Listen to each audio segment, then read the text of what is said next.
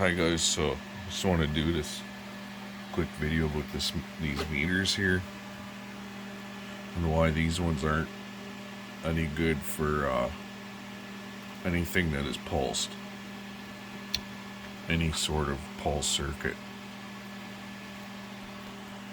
These ones here, they'll give you an average of everything that is going in and out, and that is a lot better than something that's giving you false readings, right? So I want to show you here.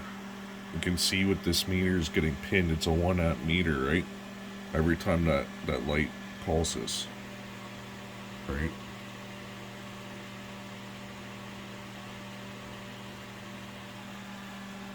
It's pinning the meter. This is one of my cap dump circuits that I use. But you see it's going right to 1 amp, right? But like a light doesn't have a startup current where it's higher than what the consumption is. This LED doesn't pull 1 amp of current.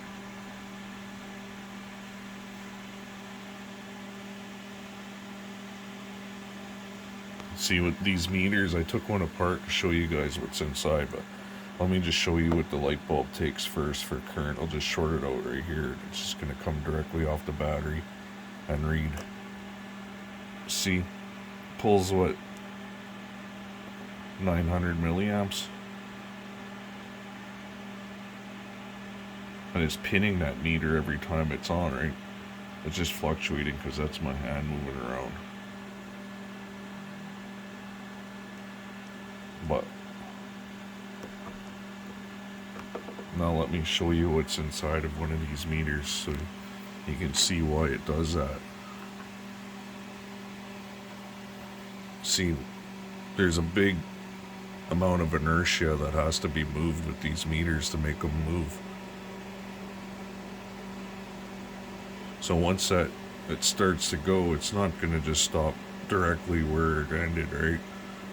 Especially with these pulse circuits. And then if you're running a load, like say you're trying to measure a pulse motor at one of these meters, now you look inside of here and there's a coil in there.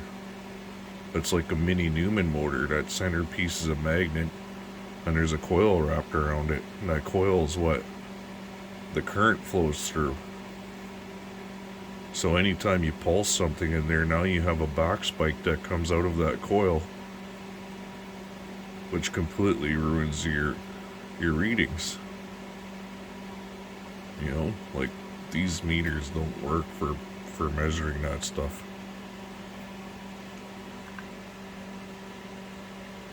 They're great for measuring continuous current DC, and that's what they're designed for. Pulse DC doesn't work with a meter like this, sorry to say.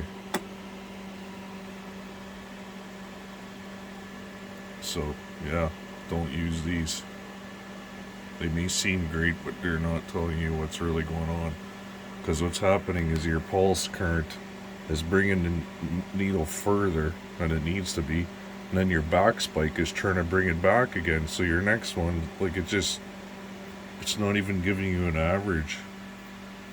Because the back spike is usually traveling faster than the pulse current going in.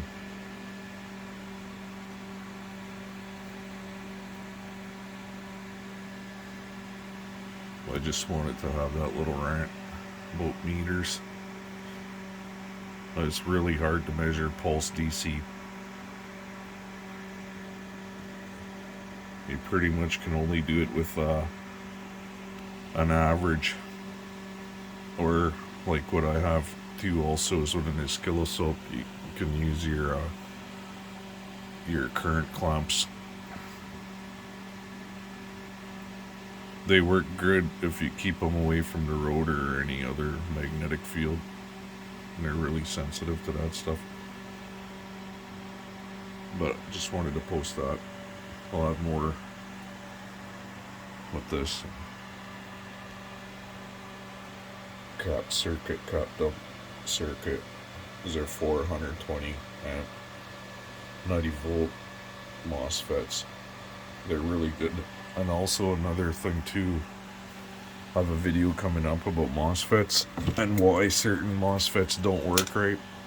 And like, these things are great for telling you which ones will work properly and which ones won't, and which ones you're getting fake. Like these SSR circuits, you can take them apart and repair them. For anybody who doesn't know that, you can actually pull these out and repair it. It's not hard to do. But those MOSFETs are terrible. Some of the worst MOSFETs for fast switching you'll ever find. And I'll show that in a later video. I'll show you what you need for fast switching MOSFETs, the right specs. But thanks for watching, guys.